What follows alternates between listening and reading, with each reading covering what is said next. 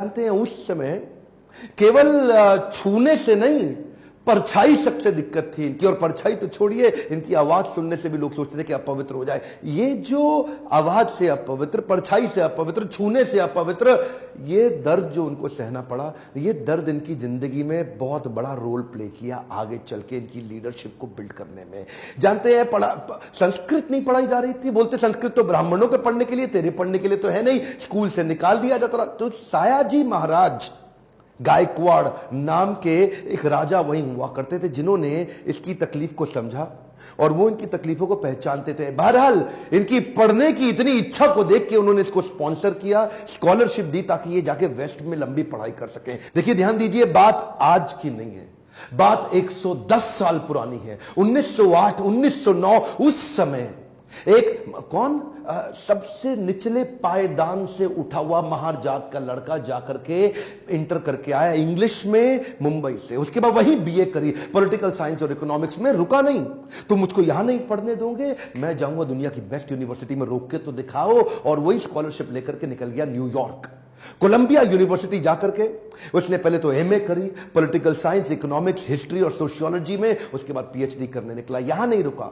London school of economics चला गया। London school of economics जाकर वहां एमएससी किया, उसके बाद लॉ की पढ़ाई किया, फिर उसके बाद डॉक्टरेट किया, किताब के ऊपर अपनी थीसिस लिखी। ये वही किताब थी जिसके ऊपर आगे जाकर के रिजर्व बैंक ऑफ इंडिया को बनाया गया। महाराजा और बड़ौदा से उनका प्रेम इतना था ना, वो जो सायाजी गायकवाड़ जिन्होंने इनको स्कॉलरशिप दिया था, पढ़ने में इनकी मदद करी थी, दुनिया भर में पढ़ के उनका प्रेम भूले नहीं, वापस उनके पास आ गए। बोला, आप दुनिया भर में पढ़ के आए हूं, आपकी सेवा में आना चाहता हूं। तो उनको मिलिट्री सेक्रेटरी की नौकरी दे दी गई, और उस समय ये नौकरी बड़ी मानी जाती थी। अब ये बड़ी पदवी पे तो आ गए थे, लेकिन वो छुआछूत ने इनका पीछा थोड़ी छोड़ा। वहां भी जो सरकारी पियोन होता था ना, वो उनको फाइल दूर से फेंक के दिया करता था। बोला, तू नीच जात का है? आज गद्दी पे बैठ गया तो क्या? दूर से फाइल फेंकते थे, उसके पास नहीं जाते थे। उनको खाने के लिए बोलते थे, बाहर जाके खा। आज भी वो कुएं से पानी नहीं पी सकते थे, इतनी एग्जॉल्टेड पोजीशन पे। बाबा साहब अंबेडकर की तकलीफों का सिलसिला थमा थोड़े ही। अभी तो रमाबाई जिनसे उनका विवाह हुआ था, उनके साथ उनकी 5 संतानें हुई, लेकिन 4 संतानें एक के बाद एक इलाज की सुविधा ठीक से ना मिल पाने के कारण उनके जीवन से चलती चली गई। 4 बच्चों का देहांत हुआ, 1 बच्चा बचा, लेकिन पत्नी भी आगे चल के लंबा साथ नहीं दे पाई। वो भी लंबी बीमारी के चलते उनका भी देहांत हो गया। बाबा साहब अंबेडकर, जो अब इस समय कोई भी आदमी टूट सकता था, जिसका अपना स्वाभिमान ही खत्म हो जाए, लेकिन ये क्या किए, ये साथ साथ अपने देश के लिए लड़ते रहे और घर की तकलीफों से अपने आप को रुकने नहीं दिया। सत्याग्रह पे निकल गए। 1927 के इस महान सत्याग्रह में ये जिद पे अड़ गए कि सब दलितों को कुएं से पानी पीने का अधिकार दिला के रहूंगा। सार्वजनिक स्थान है, किसी का प्राइवेट नहीं है, जो सरकारी स्थान है, वहां पे एक इंसान दूसरे के साथ पानी क्यों ना पी सके। देखिए, गलत तो एक्चुअली हो रहा था। जो दलित औरतें थी ना, उनको साड़ी भी पहनने का, पांव को ढक के उठा के साड़ी पहननी पड़ती थी। इन्होंने पहली बार अधिकार दिलाया, पूरी नीचे तक आम औरतों की तरह पांव को ढक के साड़ी पहनने का अधिकार। उसके बाद बोले कम्युनल इलेक्टोरेट की मांग कर दी इन्होंने। कम्युनल इलेक्टोरेट में ये चाहते थे कि कम्युनिटी के आधार पे हमारी वोटिंग की सुविधा अलग हो। उसमें थोड़ा गांधी जी अड़ गए, क्योंकि गांधी जी जानते थे कि ये अंग्रेज लोग मिल करके हमारी सारी जातियों को तोड़ के अलग कराना चाहते। गांधी जी ने इनको समझाया। देखो क्या बोले अंबेडकर जी, मैं आपको रिजर्वेशन दिला दूंगा, मैं आपको बाकी सब मदद करूंगा, सब करूंगा, लेकिन अलग नहीं करते। अब जातियों के आधार पर अगर देश को अलग किया तो मुझे स्वतंत्रता नहीं मिल पाएगी, मैं अंग्रेजों से लड़ नहीं पाऊंगा, मेरे साथ खड़े होके मेरी ताकत बनो। वो जब अंबेडकर नहीं माने तो गांधी जी ने फिर उनको रिक्वेस्ट की और उसके बाद अनशन पे बैठ गए गांधी जी। बहरहाल अंबेडकर उस समय उनके सामने बड़ी दुविधा आ गई। वो सोचे, एक तरफ मेरी अपनी जाति के लोग, मैं उनकी मदद करूं, और एक तरफ देश में आंदोलन लड़ रहे हैं गांधी, उनका जीवन, इनके जीवन का त्याग ना हो जाए, कहीं ऐसा जीवन ना खत्म हो जाए। उन्होंने गांधी जी को समझाया, बोला ठीक है, आप अपना अनशन छोड़िए। पूना पैक्ट वहां साइन किया गया, और पूना पैक्ट जब साइन किया, उस समय इन्होंने रिजर्वेशन तो कम से कम कंट्रोल में कर लिया। The evolution of provincial finance in British India नाम की इनकी किताब, द प्रॉब्लम ऑफ रूपी नाम की 2 किताबें, जिसके आधार पे आरबीआई की स्थापना हुई। मैं दोबारा बोल दूं क्या? इन्होंने जो किताबें लिखी उसके आधार पे आरबीआई की स्थापना करी गई। कैन यू इमेजिन, भारत के सबसे निचले पायदान से आया एक यंग लड़का जिसकी कोई मदद करने वाला नहीं, आज उसकी बुद्धि पे आधारित हमारे कॉन्स्टिट्यूशन की स्थापना भी की जाएगी। इनकी ज्ञान, बुद्धि और कौशल का लोहा इंडियन लीडर्स और ब्रिटिश लीडर्स दोनों मानते थे। 1947 में भारत आजाद हुआ और गांधी जी के पास नेहरू अपनी पूरी कैबिनेट की लिस्ट लेकर के आए।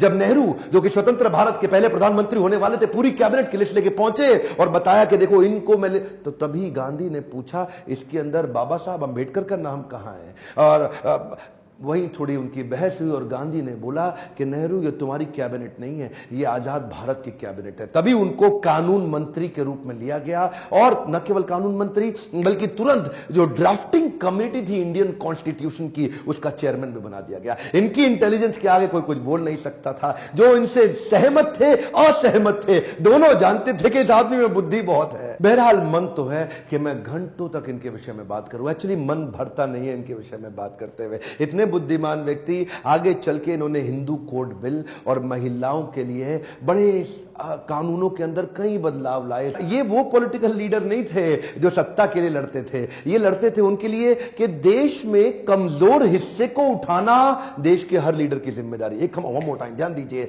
चाहे वो महिलाएं हो, चाहे वो जाति धर्म के आधार पे हो, कमजोर हिस्से को आगे बढ़ाना, सपोर्ट करना, तभी देश आगे चलेगा। खुशहाली आएगी तो फायदा सबका होगा। कम ऑन, ध्यान दीजिए, पूरे देश में खुशहाली आएगी तभी फायदा सबका होगा। इनकी भाषा में, इनके भाषण में, इनकी चर्चा में, इनके आचरण में, इनकी किताबों में और ड्राफ्टिंग कमेटी में चेयरमैन होते वक्त कॉन्स्टिट्यूशन को लिखने में सहनशीलता लगातार दिखती रही। अहिंसा परमो धर्म, बौद्ध धर्म को अपनाने लगे। आत्मवत् सर्वभूतेषु, भागवत में बताया गया है कि बौद्ध धर्म में आत्मवत् सर्वभूतेषु, सभी जीवात्माओं को अपनी तरह देखना चाहिए। ये जो समान दृष्टि देने का उन्होंने प्रयास किया, ये उसके बाद ये बौद्ध धर्म को स्वीकार करने चले गए। आखिरी तक काम प्रेम से करते रहे, किसी से लड़ाई नहीं लड़ी। आपके लिए क्या मैसेज है इसमें? एक मैसेज लेके जाइए, एजुकेशन इज द टूल। पूरी जिंदगी में सबसे निचले कमजोर तबके को उन्होंने उस एजुकेशन के बल पे तो खड़ा किया। ये लगातार जो पढ़ते रहे, लोग इनके सामने चुप, इनकी एजुकेशन के चलते तो हो जाते थे। कोलंबिया यूनिवर्सिटी आगे चल के इनको number 1 scholar in the world की उपाधि से नवाजा गया। देश ने इनको भारत रत्न दिया। एक बात समझ लीजिए, इनके बराबर लीडर पृथ्वी में गिनती की होते हैं, परसेंटेज में नहीं होते। लर्निंग क्या है? Education is the tool. Entertainment के तो बहुत चैनल होंगे यूट्यूब पे, पर मैंने एजुकेशन का चैनल बनाया, कोई एंटरटेनमेंट नहीं है इधर। और देश को भीमराव रामजी अंबेडकर के विषय में एजुकेट करना, उनके संघर्ष के बारे में बताना मेरी आपकी पूरे देश की जिम्मेदारी है। बताइए तो सही लोगों को कैसे संघर्ष से उठ के खड़े हुए हैं। शेयर करिए वीडियो, जिसको हो सकता है, जिसको इंस्पिरेशन मिल सकती हो, कमेंट बॉक्स में बताइए। अगर किसी और लीडर का वीडियो देखना चाहते हैं, लाइक करिए। अगर थोड़ा भी वीडियो पसंद आया, जितने लाइक उतना मेरा उत्साह बढ़ेगा। बताइए कि आपको कैसा लगा ये वीडियो। सब्सक्राइब करिए, बेल आइकॉन हिट करके दूसरों से भी करवाइए। मेरे साथ जुड़े रहने के लिए प्रेम पूर्वक हर बार की